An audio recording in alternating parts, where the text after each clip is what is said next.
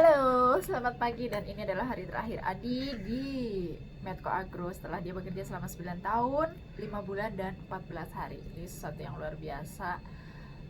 Banyak hal yang sudah terjadi, yang sudah dicapai oleh Adi tentunya selama 9 tahun ini.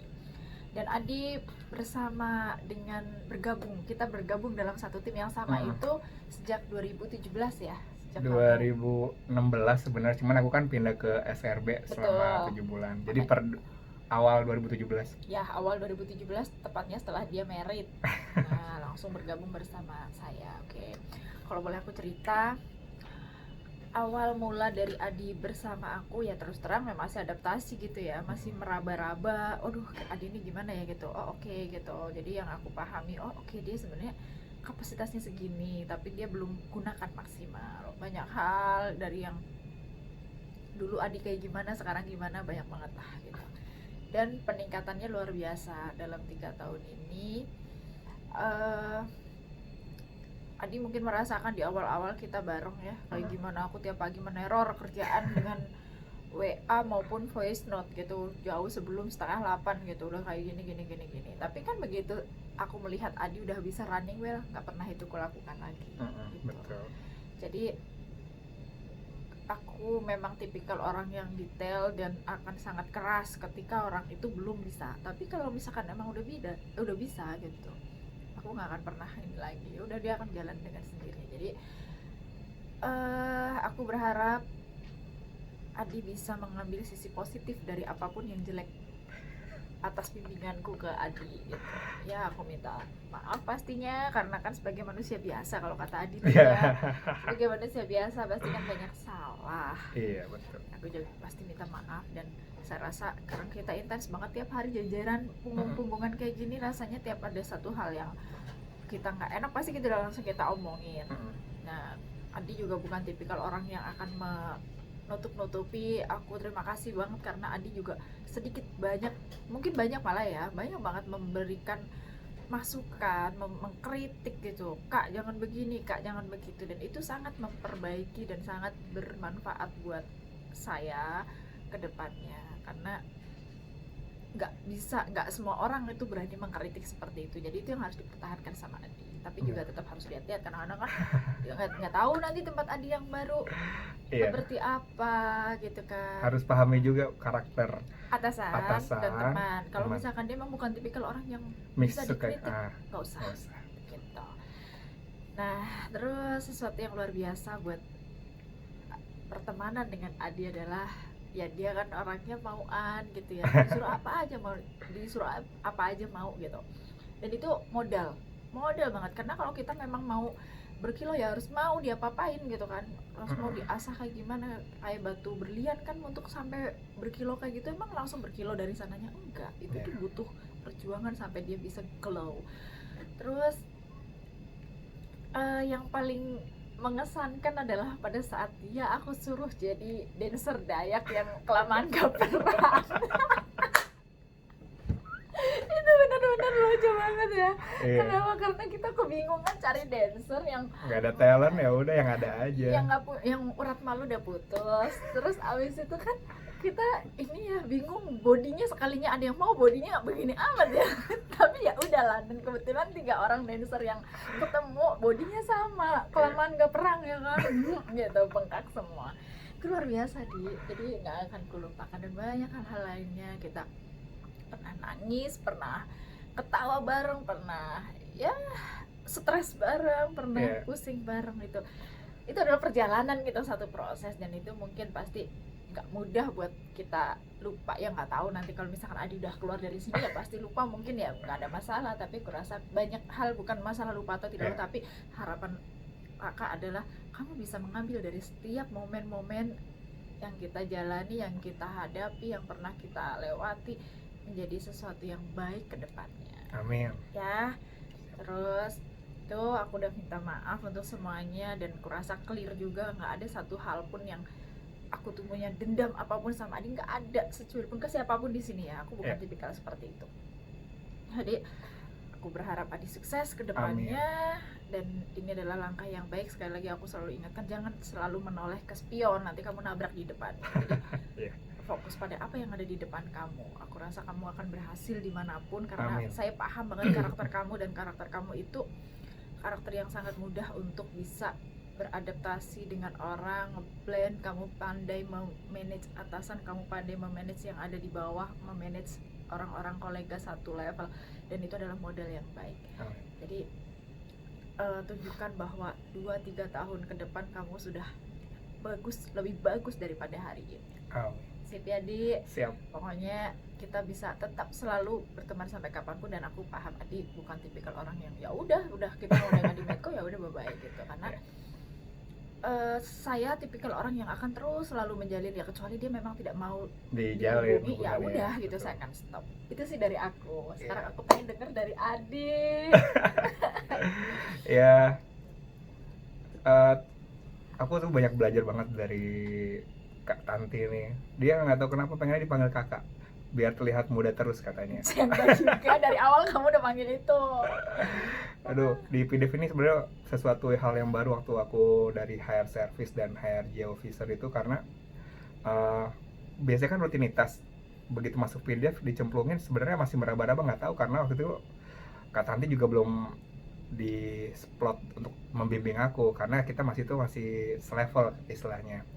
Begitu dia di atas aku banyak banget belajar, karena ternyata di PDF itu dinamikanya tinggi sekali, dan banyak harus sesuatu dikonsep dan di-create sampai dieksekusi biar bisa jalan. Jadi jangan cuma konsep aja bagus tapi nggak bisa execute, jadi itu kan sia-sia gitu.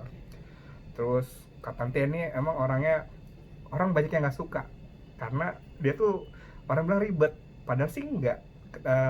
Ribetnya itu kan buat apa ya, buat kebaikan bersama lah, biar semua running, karena dia sangat-sangat well prepare banget dalam mempersiapkan segala sesuatu halnya. Jadi begitu, dan selalu timelinenya jelas. Jadi kadang-kadang kalau orang yang nggak biasa bekerja seperti itu malah kesannya kayak ini ribet amat sih kerjanya gitu, padahal enggak. Jadi kerjanya tuh sistematis banget, terstruktur, dan punya goals yang jelas gitu. Makasih. Tapi karena kamu udah paham. Iya, karena saya udah paham maksudnya akhirnya kayak gimana. Cuman kalau orang yang baru bekerja dengan dia mungkin pasti tertekan banget, karena tipikalnya orang bilang mungkin seperti kayak perfeksionis, cuman ya enggak sih, dia cuman pengen semua berjalan dengan baik sesuai dengan goalsnya masing-masing, tapi jadi nggak berantakan di akhirnya. Jangan, kadang-kadang orang kerja kan asal kerja aja tapi nggak tahu apa sih tujuan akhirnya gitu. Dari kakak ini saya banyak belajar sekali mengenai pekerjaan. Jadi harus semua tuh harus direncanakan dengan baik, karena kerjaan kalau nggak direncanain ya kita nggak bingung mau ngerjain apa gitu jadinya. Jadi terus saya pindah dari sini juga sebenarnya suatu keputusan yang paling berat dalam hidup saya. Kenapa? Karena saya udah terlalu nyaman di sini. Kamu serius lebih berat dari memutuskan jodoh? Selama 9 tahun udah terlalu nyaman, tapi terlalu nyaman itu kadang-kadang nanti bisa membuat kita nggak maju-maju gitu. Jadi saya sebenarnya keluar dari sini juga bukan salary aja sih lebih baik di yang baru, cuman emang mau keluar dari zona nyaman, cari tantangan yang baru di bidang yang baru juga di sana kan. Jadi saya harus banyak belajar, karena kalau di sini ya tantangannya ya udah kerjanya gitu-gitu aja, maksudnya bukan gak ada tantangan ya, tapi ya udah tinggal merem aja ya udah paham gitu. Jadi saya butuh sesuatu yang baru di era new normal ini, jadi butuh new challenge juga dan new job sepertinya gitu. Terus untungnya juga new salary juga, karena ya saya juga kebutuhan tambah banyak, anak udah tambah 2. Banyak. Kalau anak ntar dulu lah ya, tunggu dulu settle di sana baru. Terus di samping itu Kak Tanti juga mendukung, dan dari pimpinan tertinggi juga menyetujui ya saya jalan aja langsung, karena di sini juga proses cepet banget. Jadi saya sebenarnya udah dari tahun lalu juga nyoba-nyoba ya, maksudnya nyoba-nyoba, tapi belum ada dapet rezekinya di situ. Kebetulan berjodoh. Kebetulan di sini dekat rumah juga, terus cepet banget prosesnya, nggak sampai sebulan saya udah ketemu direktur, udah tanda tangan OL gitu. Jadi sangat cepet. Jadi saya rasa ya ya kenapa nggak dicoba gitu, karena kalau kita nggak coba entah itu berhasil apa enggak kita nggak pernah tahu gitu. Kalau Luar berhasil saya bahagia, ya kalau nggak berhasil saya jadi lebih bijak lagi insya Allah. Amin, luar Terus biasa. Medco Agro sih saya harapannya ya semoga lebih baik lagi ya, lebih baik lagi dalam pengelolaan perusahaannya, para pimpinan juga sehat-sehat dan amanah dalam menjalankan tugas, sehingga dampaknya kan ke perusahaan dan karyawannya juga. Kalau perusahaannya maju, insya Allah karyawannya juga makmur dan sejahtera gitu. Amin, amin, amin ya rabbal Ya alamin. saya harap juga semua di sini sehat-sehat, bahagia selalu. Amin, Terus sama. kita tetap menjalin silaturahmi lah ya. Oh pasti. Karena kalau saya pindah kerja bukan berarti kita putus silaturahmi, Betul, tapi betul. tetap harus saling jaga. Karena someday nggak tahu kita ke depannya seperti apa. Mungkin nanti ada ya, bapak dan ibu di sini juga masih butuh saya, atau saya di sana butuh bapak dan ibu yang ada di sini. Pasti, gitu. kalau kamu pasti butuh. Aja sih harapannya, apapun itu ya suka dukanya saya telan di sini, saya anggap sebagai pelajaran, dan saya sangat bersyukur bisa bekerja di Medco Agro. Semoga Medco Agro lebih baik. Amin.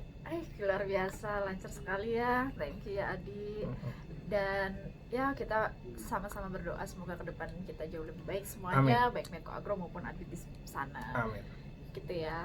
BTW kamu ngomong kayak gitu, banyak orang gak suka sama kakak gitu. Berani gak kalau kamu ditantangin suruh ngomong depan umum kayak gitu? Kan kalau di depan umum bukan tentang kakak, tapi tentang aku, iya. ya kan? Iya. Betul juga ya. Ini kan podcastnya antara kita berdua dong, aja. betul, gitu. Antara kita berdua sama kedepannya kayak gimana. Iya. Kapan lagi sih kita bisa bikin podcast? Jadi sebenarnya Betul. gini, aku tuh ini adalah my first podcast. Ya. Apa? Ini susah banget ketemu sama Adi karena kita udah work from home ya. Iya udah lama banget. Nyatuin jadwal juga susah. Aku sih setiap hari masuk. Ya gimana sebenarnya mau WFH di telepon suruh masuk ya udah. Nah tapi kan Adi memang aku udah mulai kurangi banget jadwalnya seminggu ini ya. Memang udah kurang banget. Udah nggak pernah aku info apa-apa lagi. Udah nggak pegang pekerjaan apa-apa lagi. Padahal masih banyak beberapa kerjaan. Tapi udah sengaja supaya apa kita juga sambil berlatih. Gimana sih nanti ketika Adi nggak ada, jadi nggak kaget. Kenapa? Karena selama ini memang secara jujur dulu saya pernah pada posisi seperti ini ya. Tapi kan udah lama banget setelah Adi ada, semua hal yang maaf loh bukan ngomong ini receh ya, karena saya juga pernah jalanin itu kok. Tapi semua hal yang daripada menyita waktu saya untuk ngerjain itu, saya better untuk ngerjain yang lain. Udah saya serahin ke Adi. Nah sekarang kan ini harus ditelan lagi. Jadi sebenarnya agak aneh sih, kontradiktif ya. Maksudnya gini, saya butuh kamu loh, tapi saya dorong juga gitu. Karena gini, saya orangnya realistis dan saya logis. Meskipun saya perempuan, maksudnya realistis dan logis itu gimana gitu. Oke, saya paham dengan kondisi Adi sebagai kepala rumah tangga, apalagi dia begitu dia ambil tunjukkan ke saya, mulai sebenarnya triggernya itu tunjukkan ke saya terkait dia pengen punya rumah. Buat saya dukung sekali. Kenapa? Karena saya sebagai orang Jawa, saya nggak orang paling nggak setuju yang kita tuh tinggal masih dengan orang tua, dan saya pengen Adi mandiri. Kenapa? Karena apapun ceritanya kita tuh udah rumah tangga, apapun kita kalau sendiri gitu, udah jadi nggak denger sana sini, udahlah suka duka makan cuma pakai garam ya udah cuma kita aja yang rasain. Nah jadi dari situ triggernya, dan ketika saya tahu cicilannya tuh wow tuh nggak. Ya karena rumah di Jakarta ya kurang lebih segitu. Betul. Jadi saya berpikir, waduh ini kalau misalkan dia masih tetap sini sampai kapan gitu kan. Dan dia kepala rumah tangga, anaknya 2 mau tambah ya entah kapan, tapi kan nambah kan pasti. Terus ya hidup di Jakarta itu fulus tuh udah jelas lah harus jadi tuntutan utama. Nah oke, jadi dari situ aku berpikir nih kalau nungguin, terus terang aja kalau nungguin kita di sini ya memang akan sangat berat. Jadi kejadiannya apakah tercapai? Iya pasti tercapai. Kalau kita udah ada niat pasti ada jalan. Tapi cuma kan mungkin terseok-seok ya. Nah, satu mungkin terseok-seok atau bagaimana ya. Kalau kita masih ada beberapa pilihan, ibaratnya kan ini bukan saklek lu kayak gini, enggak. Ini kan sebenarnya di depan kita itu ibaratnya tuh kayak ada jalan bercabang-cabang, ini ke sini kayak gini, ini ke sini kayak gini, walaupun nanti ujungnya ke sana, lu tinggal pilih yang mana kan, kira-kira begitu. Oke, nah jadi setelah saya berpikir, saya gambarkan dalam sebuah pohon, aduh nggak saya bawa lagi, saya gambarkan sebuah perjalanan Adi, padahal dia sendiri saya yakin nggak pernah menggambarkan perjalanan hidup dia dengan pohon. Ya, belum pernah. Aku menggambarkannya. Saya pikir, oke, saya harus dorong dia untuk bisa segera move dari zona nyaman ini. Alasannya satu tadi itu. Yang kedua sebenarnya kenapa saya mengalami, bagaimana saya udah lama di perusahaan saya yang terdahulu, kelamaan, dan akhirnya pada satu titik yaitu ketika saya udah tinggal merem, karena kan waktu itu saya memang pelaksana ya, saya bukan yang belum sampai tahap konsep saya masih dikit lah. Nah beda kalau misalkan kita harus create, memang itu nggak ada selesainya. Nah jadi pada saat itu saya berpikir, wah ini kelamaan kayak gini nggak enak, dan semua orang ketika sampai level pucuk paling atas itu udah kayak ke saya udah kayak yang udah deket banget, wah ini nggak bisa nih. Kenapa? Karena saya justru kayak nggak akan pernah dapat ruang baru lagi yang kita nggak tahu seperti apa sebenarnya di dunia luar. Jadi saat itu berat banget sebenarnya, sama kayak Adilah 9 tahun juga di 9 tahun 5 bulan ya, saya 9 tahun 10 bulan, jadi udah hampir lamaan kakak ya berarti. Lamaan saya 9 tahun 10 bulan. Nah terus jadi saya putuskan, saya pikir oke, ini adik saya dorong gitu. Jadi bukan masalah saya mau mengusir, bukan masalah apa enggak, saya butuh banget, karena dia pernah nanya sama saya, kakak masih butuh aku enggak? Oh butuh banget. Tapi kalau misalkan andai salary kita tuh bisa diatur oleh kita gitu ya, oleh kita sebagai atasan, ya mungkin ceritanya nggak begini. Tapi kan kita di sini juga paham struktur gaji kita di sini seperti apa. Ya kamu kan juga paham ya. Nah jadi itu saya harus dorong terus terang. Jadi kalau orang bilang gila tuh atasan ngedorong anak buahnya gitu, nggak apa-apa, itu hak, karena saya juga punya hak loh untuk apa ya? Saya kelihatan ya. Saya punya hak untuk memberikan opini saya, untuk menentukan harus seperti apa. Ya kalaupun akhirnya ternyata nggak ada pengganti, saya nggak kaget. Kenapa? Oke, saya langsung berpikir bahwa malah ini menurut saya menjadi sesuatu yang harus saya syukuri. Kenapa?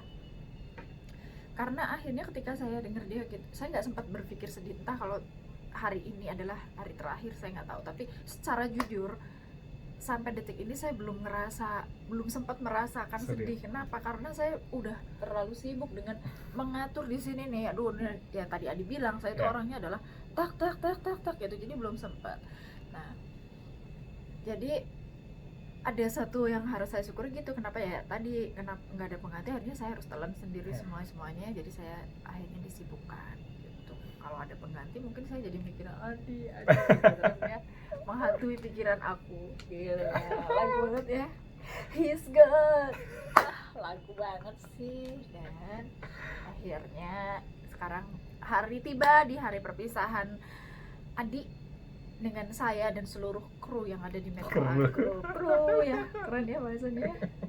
Dan kru yang ada di Medco Agro, kita ya pada dasarnya saya sih dengan siapapun dulu ya juga selalu lengket gitu kalau dengan teman satu tim, sepanjang orang itu nggak baper. Karena ya susah kalau berkawan dengan saya, itu yang tadi bilang ya, kalau berkawan dengan saya orangnya baperan mental pasti. Karena saya kalau ngomong asal jeplak dan nggak ada lak-lakan. Padahal nggak dipikir gitu. Waktu itu saya habis ngomong itu sebenarnya nggak mikir bahwa itu tuh sebenarnya saya lagi mau menyakiti orang, enggak. Sementara orang kan tersakiti. Nah itu yang sebenarnya koreksian buat saya banget lah. Itu sih. Ada yang mau disampaikan lagi nggak? Udah cukup ya pokoknya ya. Sukses untuk kita semua. Amin. Sehat-sehat terus. Jangan lupa tetap jalin silaturahmi ya. Siap, info-info. Ya dong. Jadi kakak feel free aja misalnya. Info kerjaan nggak? Kalau ada yang mau di-share, aku siap menyiapkan kuping buat mendengar. Iya, enggak lah. Gini, ya mungkin akan share-share ya, tapi menurut aku orangnya tuh paham mana yang ketika aku harus bisa cerita. Kamu tahu itu lah. Ketika memang yang bisa di-share, ya kan. Banyak kok kejadian minggu ini yang aku udah gak share sama Adi, aku udah share-nya sama Linda. Jadi aku juga sambil melihat sebenarnya chemistry. Aku tuh kalau kerja itu selalu membangun chemistry. Berusaha membangun chemistry. Kenapa? Karena gini, kita itu akan mencapai goals organisasi kalau chemistry di dalam satu departemen ini udah bagus. betul. Cara bangun chemistry gimana? Aku harus kenali dulu gitu, harus kenali orang per orang. Contoh, Ian, kan aku juga baru kenal kemarin, aku bener-bener mengenal dia kan payah banget gitu kan. Tapi kalau boleh Adi lihat, belakangan udah kelihatan kan bahwa aku udah dapet chemistry-nya antara aku dan Ian.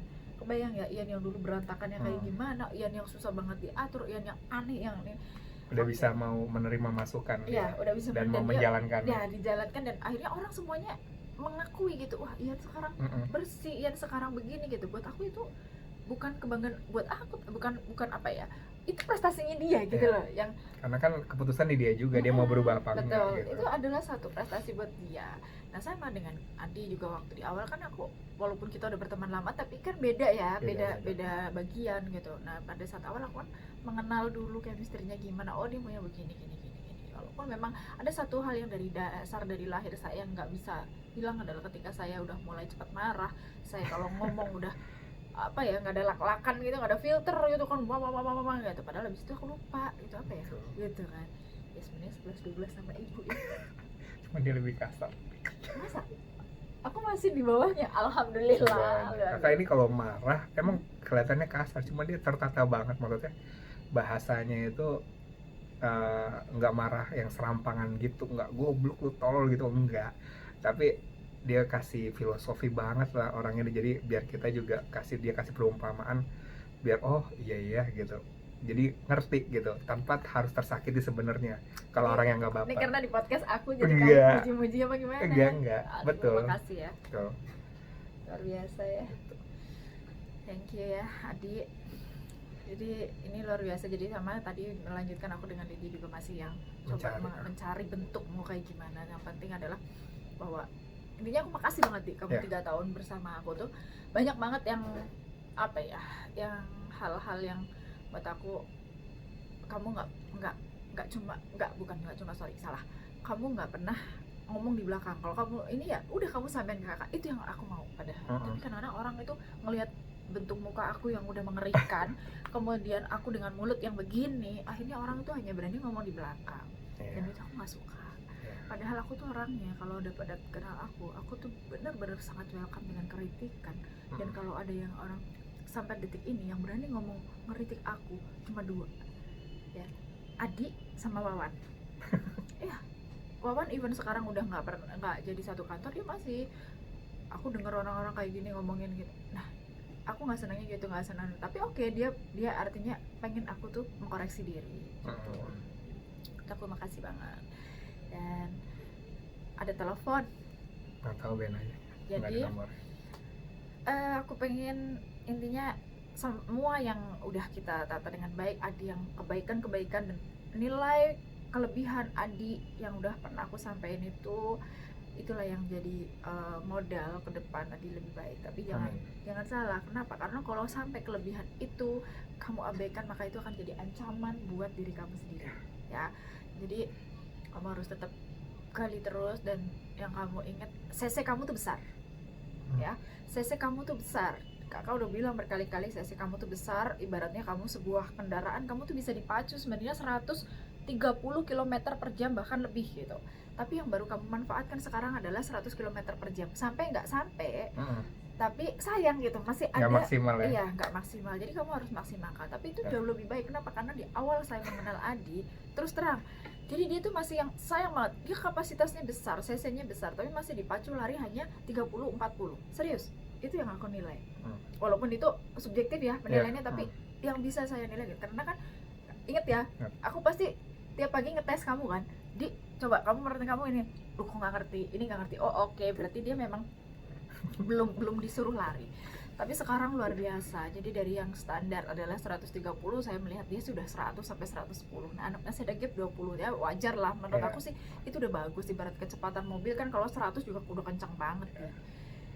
Ini satu perkembangan yang menggembirakan menurut saya. Jadi ini aku berharap Adi di sana, karena ini lingkungan baru, tunjukkan bahwa kamu benar-benar memang layak untuk dilirik, layak untuk dipertimbangkan ke depan, bahwa kamu punya jalur yang disiapkan jalurnya lah gitu.